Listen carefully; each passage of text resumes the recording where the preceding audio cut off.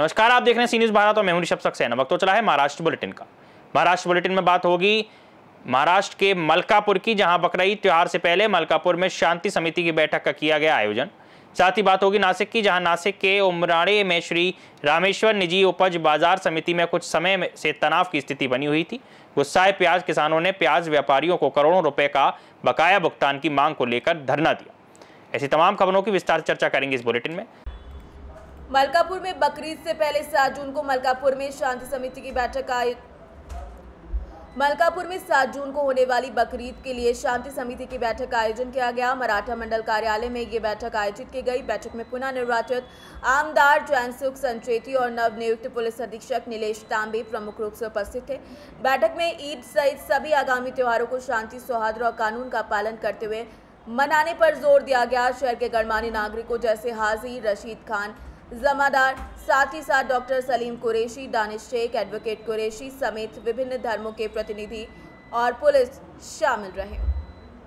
Doctor Salim Qureshi ने कुर्बानी का धार्मिक महत्व स्पष्ट करते हुए बताया कि इसका उद्देश्य आत्मत्याग और सामाजिक एकता है। बैठक में प्रशासन ने सभी नागरिकों से सहयोग की और शांतिपूर्ण त्योहार सुनिश्चित करने की प्रतिबद्धता जताई है। महाराष्ट्र के मलकापुर से सी न्यूज़ संवाददाता प्रसन्न व्यवहारे की रिपोर्ट। नासिक जिले के उमराड़े से श्री रामेश्वर निजी उपज बाजार समिति में प्याज किसानों ने करोड़ों रुपए के बकाया भुगतान को लेकर जोरदार प्रदर्शन किया। लंबे समय से बकाया राशि न मिलने और बंद खातों या मृत व्यापारियों के हस्ताक्षर वाले चेक दिए जाने से नाराज किसानों ने विपणन उप निदेशक अलका पवार और उनकी टीम के सामने धरना दिया। किसानों का आरोप है कि पैसे मांगने पर उन्हें अपमान और उत्पीड़न का सामना करना पड़ता है। मौके पर पहुंचे अधिकारियों ने आश्वासन दिया कि किसानों की रसीदें, बकाया की जानकारी जुटाकर जल्द भुगतान की कार्यवाही की जाएगी। सरकार द्वारा किसानों को बेहतर सुविधा और मूल्य दिलाने के लिए शुरू की गई निजी मंडियां अब किसानों के लिए परेशानी का कारण बन रही हैं, जिससे इन समितियों की विश्वसनीयता पर सवाल उठने लगे हैं। आज तपासणीसाठीच रामेश्वर मार्केटमध्ये आम्ही उपस्थित राहिलो होतो।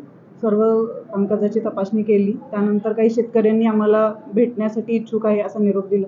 आम्ही त्यांना भेटलो, त्यांच्या ज्या काही भावना आहेत त्या समजून घेतलं आणि त्यांचं जे काही म्हणणं आहे त्यानुसार त्यांना त्यांचे जे काही अर्ज असतील त्याच्या पावत्यासह किंवा ते जे काही प्रूफ असतील त्यांच्यासोबत ते त्यांनी यार ऑफिसला द्यावेत, आमच्या ऑफिसला द्यावेत आणि बाजारच्या ऑफिसला पण द्यावेत आणि त्यानंतर त्याची शहानिशा करून त्यावर योग्य तो निर्णय घेतला जाईल आणि ही जी काही गोष्ट आहे याचा अहवाल आम्ही पणन संचालनालयाला सादर करू। मोठा प्रमाणात होता की शेतकऱ्यांचा रोष आणि त्यांना ती रक्कम परतवण्यासाठी काय प्रक्रिया असेल?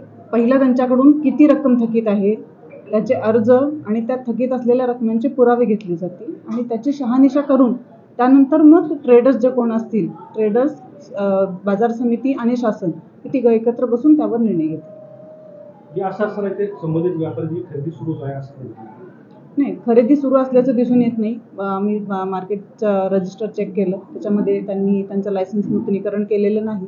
तो वैयक्तिक टाकायला सुद्धा पैसे राहिले नाहीत। पेरणीचा सीझन आलेला आहे, कोणाच्या पोरांचे ऍडमिशन आहेत, तर कोणाचे दवाखान्यात अटकून पडलेले आहेत, तर कोणाची पत्नी मेली, तर कोणाचा भाऊ मेला, तर कोणाचा बाप मेला।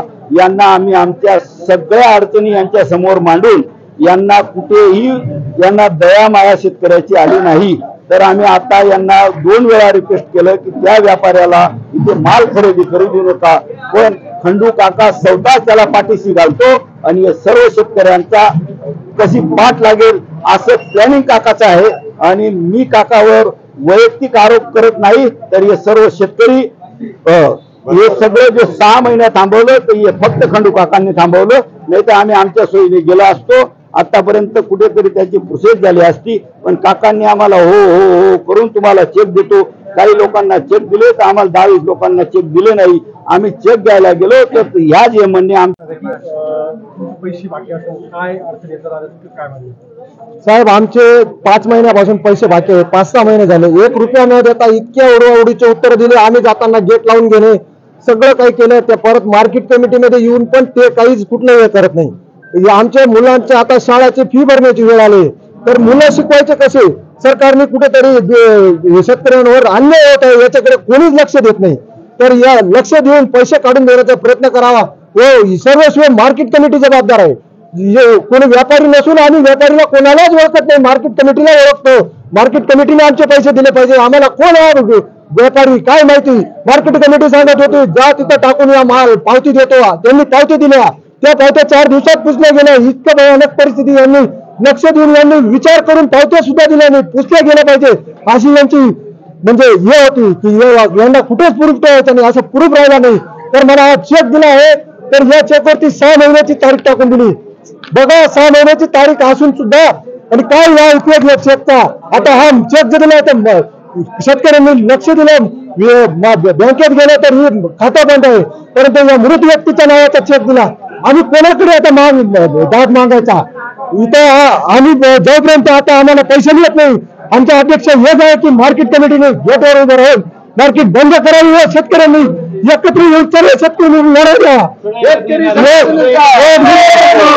शेतकऱ्यांचे पैसे मार्केट बंद द्या. मी सदर शेतकरी किरण बिरारी म्हणून आहे, किरण प्रकाश बिरारी माझं नाव आहे, पंढरपूरचा शेतकरी आहे.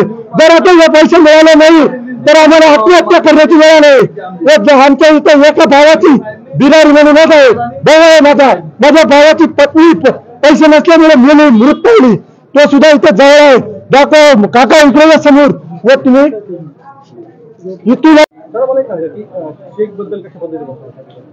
आम्ही सप्टेंबर, ऑक्टोबर, नोव्हेंबर, डिसेंबर पर्यंत कांदे विक्री केलेले उन्हाळी कांद्याचे रामेश्वर बाजार समितीत. सदर व्यापारी पांडुरंग शेठ देवरे यांच्याकडे आम्ही कांदा विक्री केलेला असताना आम्ही वारंवार पैशांची मागणी करत असताना ती व्यक्ती आता हयात नसताना त्यांच्या मागील त्यांच्या बंधूंनी व त्यांचे सहकारी हेमंत मोरे यांनी आम्हाला त्यांचे स्वतः पांडुरंग देवरे यांचे हयात असलेले बँकेचे अकाउंट 2022 पासून नाशिक मर्चंट बँकेचे बंद खाते असलेले चेक त्यांनी आम्हाला शेतकऱ्यांना दिलेले आहे. तर ती सदर ही आमच्या सर्व शेतकऱ्यांची फसवणूक केलेली आहे और हे खातं पण 2022 पासून बंद झालेले खात्याचे पैशांची त्यांनी चेक वाटप केलेली आहे.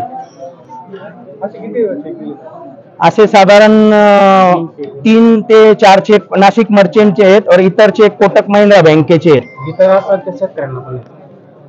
हे बघा बरंच माझं नाव माझ्या वडिलांच्या नावाने कांदे विकलेले आहेत, पोपट नामदेव बागुल. मी त्यांचा चिरंजीव दिगंबर पोपट बागुल. स्वतः माझे ह्या मार्केटमध्ये 4,10,000 रुपये घेणे असून सदर व्यापाऱ्याकडे आम्ही उन्हाळी कांदे विक्री केलेले असून आम्हाला 1 रुपयाचा चेक सुद्धा नाही आणि रोख रक्कम पण दिलेली नाही. महाराष्ट्र के नासिक से सी न्यूज संवाददाता सुनील की रिपोर्ट। अहिल्यानगर जिले के नांदगांव गांव में इतिहास रचते हुए 75 वर्षों में पहली बार राज्य स्तरीय सर्वश्रेष्ठ आवास परिसर पुरस्कार प्राप्त किया गया। ये उपलब्धि गांव के पूर्व लोकायुक्त सरपंच सुनीता सरक के कार्यकाल में शुरू हुई। प्रकल्प और वर्तमान सरपंच सखाराम सरक और उप सरपंच इंजीनियर नाथ साहिब सरक के नेतृत्व में पूरे हुए विकास कार्यों का परिणाम है। प्रधानमंत्री आवास योजना के अंतर्गत सांसद सुजय विखे पाटिल के प्रयासों से निजी जमीन खरीदकर 40 घरों का सरपंच ड्रीम विलेज प्रोजेक्ट तैयार किया गया, जो अब पूरे राज्य में आदर्श आवास परिसर के रूप में पहचान बना चुका है। पुणे में आयोजित समारोह में मुख्यमंत्री देवेंद्र फडणवीस, उप मुख्यमंत्री अजीत पवार और केंद्रीय मंत्री शिवराज सिंह चौहान ने नांदगांव ग्राम पंचायत को सम्मानित किया। इस मौके पर पंचायत समिति बीडीओ सोन कुसले, ग्राम सेविका दंडत और साथ ही साथ उप सरपंच इंजीनियर नाथ साहिब सरक समेत कई लोग मौजूद रहे। नाथ साहेब सरक, माजी उपसरपंच, विद्यमान ग्रामपंचायत सदस्य नांदगाव। आज या ठिकाणी सांगण्यास आनंद होतो की आमच्या नांदगाव ग्रामपंचायतीला राज्यातील प्रथम गृहसंकुला बद्दल राज्यातील प्रथम पुरस्कार या ठिकाणी मिळालेला आहे। आज पुण्यातील बालेवाडी या ठिकाणी कार्यक्रम आज या ठिकाणी संपन्न झाला। राज्याचे मुख्यमंत्री देवेंद्र फडणवीस साहेब, उपमुख्यमंत्री अजितदादा पवार साहेब व राज्याचे रोजगार हमी मंत्री भरत साहेब गोगावले यांच्या उपस्थितीमध्ये हा सोहळा या ठिकाणी संपन्न झालेला आहे। जे सर्व मंत्र्यांच्या हस्ते आज या नांदगाव गावाला राज्यातील आदर्श घरकुल प्रकल्प हा पुरस्कार या ठिकाणी महाराष्ट्र शासनाच्या वतीने मिळालेला आहे। निश्चित हा पुरस्कार आमच्यासाठी हा क्षण आमच्यासाठी आनंदाचा आहे। परंतु येणाऱ्या काळामध्ये असेच नवनवीन आणखी अत्याधुनिक असं गृहसंकुल येणाऱ्या काळामध्ये या ठिकाणी उभारण्याचं आमचं या ठिकाणी स्वप्न आहे। आता जो आम्ही 40 घरकुलाचा प्रकल्प उभारलेला आहे तो आज या ठिकाणी पूर्ण झालेला आहे। येणाऱ्या काळामध्ये आणखी एक 100 घरकुलाचा एक भव्यदिव्य सर्व सोयी सुविधायुक्त असा राज्याला आदर्श ठरेल असा एक घरकुल प्रकल्प येणाऱ्या काळामध्ये या ठिकाणी उभारण्याचा आमचा संकल्प आहे। नमस्कार, मी सखाराम सरक, सरपंच नांदगाव। तालुका जिल्हा अहिल्यानगर. आज राज्य महाविकास अभियान राज्यस्तरीय पुरस्कार या ठिकाणी आम्हाला भेटलेला आहे. जर आपण बघितलं ते की राज्यामध्ये ज्यावेळेस महाविकास आवास अभियान सुरू झालं आणि जवळजवळ 20 लाख घरे या ठिकाणी महाराष्ट्रामध्ये बांधण्यात आली.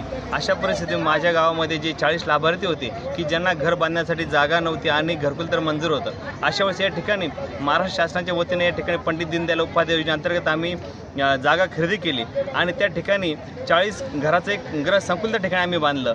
आणि आज आणि त्याच गृहसंकुलाला आज आम्हाला राज्यस्तरीय सर्वोत्कृष्ट गृहसंकुलाचा पुरस्कार या ठिकाणी आम्हाला भेटलेला आहे. आणि आज हा पुरस्कार भेटला म्हणजे नुसता आनंद नाही तर एक फार मोठी जबाबदारी या ठिकाणी वाढलेली आहे. कारण आता फक्त 40 घराचं गृहसंकुल नाही तर भविष्यामध्ये या ठिकाणी 100 घराचं नवीन गृहसंकुल निर्माण करण्याचा आमचा संकल्प आहे. आज तो संकल्प घेऊन या ठिकाणी आम्ही आज गावाकडे रवाना होत आहोत. आज या ठिकाणी खरोखर गावचा जर विचार केला तर गावाच्या दृष्टीनं फार अभिमानाची गोष्ट आहे. छत्रपति संभाजीनगर से सीनियर संवाददाता राधेश्याम हिवाले की रिपोर्ट। पिछले सप्ताह सिल्लोड में 3 हिंदू युवकों को मुस्लिम भीड़ ने बुरी तरीके पीटा था। इस घटना के विरोध में सिल्लोड तालुका के लिहाखेड़ी फाटा में संभाजीनगर जलगांव राजमार्ग पर पूरे हिंदू समाज और समुदाय द्वारा सड़क जाम किया गया था। इस समय ये मांग की गई थी कि आरोपियों के खिलाफ MOC अधिनियम के तहत कार्रवाई की जाए। इस समय प्रदर्शनकारियों ने नारे लगाते हुए घबराहट की स्थिति में क्षेत्र छोड़ दिया। इस समय बड़ी संख्या में नागरिक मौजूद रहे।